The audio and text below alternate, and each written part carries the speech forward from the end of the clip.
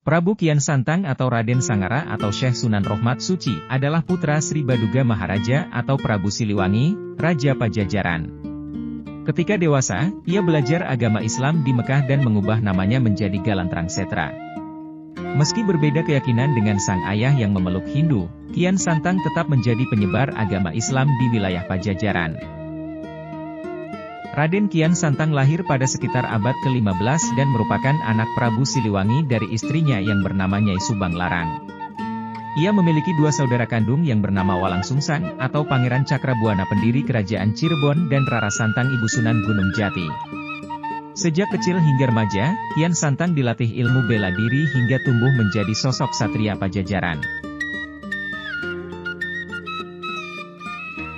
Ketika sudah mahir dalam bela diri, Kian Santang mengisi waktunya dengan berburu ke hutan. Ia pun mudah untuk mendapatkan hewan buruan menggunakan panahnya. Hal itu membuat Prabu Siliwangi sangat bangga dan mengangkatnya menjadi senopati Pajajaran. Kian Santang pun tumbuh menjadi ksatria yang gagah perkasa dan tidak ada yang bisa mengalahkannya. Selama hidup di istana, Kian Santang serba kecukupan, tetapi merasa kurang mengenal jati dirinya. Ia juga merasa jenuh karena tidak ada satupun ksatria yang mampu mengalahkannya. Konon, Kian Santang kemudian mendatangi peramal untuk mengetahui lawan tangguh yang dapat menandinginya. Ia diberikan petunjuk bahwa orang yang dapat menandinginya adalah Sayyidina Ali dari tanah Arab.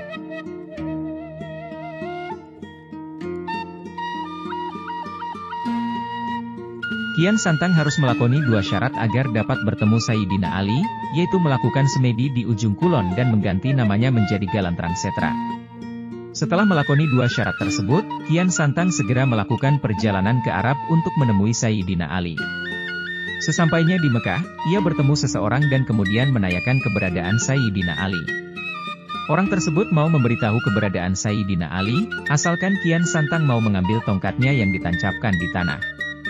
Tidak disangka, Kian Santang kesulitan mencabut tongkat itu hingga keluar darah dari seluruh tubuhnya ketika berupaya untuk menyelesaikan tugas yang dianggap sangat mudah.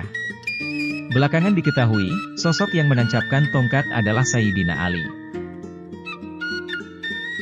Setelah pertemuannya dengan Sayyidina Ali, Kian Santang memutuskan untuk menetap di Mekah dan belajar agama Islam di sana. Kian Santang menetap cukup lama guna belajar dan memahami agama Islam. Setelah itu, ia memutuskan untuk kembali ke Pajajaran. Sesampainya di Pajajaran, ia menemui sang ayah dan kerabatnya untuk menceritakan pengalamannya selama mengembara ke tanah Arab. Kian Santang kemudian mengajak sang ayah Prabu Siliwangi untuk memeluk Islam, begitu juga dengan rakyat Pajajaran, tetapi ditolak. Meski ajakannya ditolak oleh Prabu Siliwangi, Raden Kian Santang tetap menyebarkan agama Islam di pelosok Pasundan. Pada awalnya, ia menyebarkan agama Islam di Limbangan, kemudian sampai ke Garut dan pesisir utara pantai Jawa. Dalam perjalanannya, Kian Santang mengubah namanya menjadi Syekh Sunan Rohmat Suci. Ia pun pergi ke Galuh dan berhasil mengislamkan Raja Galuh Pakuwon di Limbangan, yang dikenal memiliki nama Sunan Pancer. Setelah berhasil mengislamkan hampir seluruh Priangan, Raden Kian Santang memilih menetap di daerah sekitar Garut. Di tempat itulah, ia menyebarkan agama Islam dan menjadi guru syariat hingga akhir hayatnya.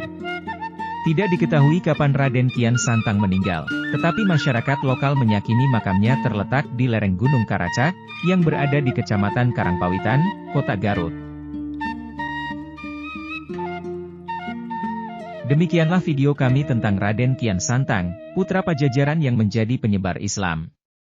Melalui perjalanan hidup yang penuh inspirasi ini, kita telah mempelajari tentang dedikasi dan semangat Raden Kian Santang dalam menyebarkan agama Islam. Kisahnya menjadi teladan tentang kekuatan iman, keberanian, dan ketekunan dalam menghadapi tantangan. Semoga video ini telah memberikan wawasan yang berharga dan menginspirasi kita semua. Jika Anda menikmati video ini, jangan ragu untuk memberikan like, subscribe, dan berbagi kepada orang lain yang mungkin tertarik dengan sejarah dan kehidupan tokoh inspiratif. Terima kasih telah menonton, dan sampai jumpa di video selanjutnya.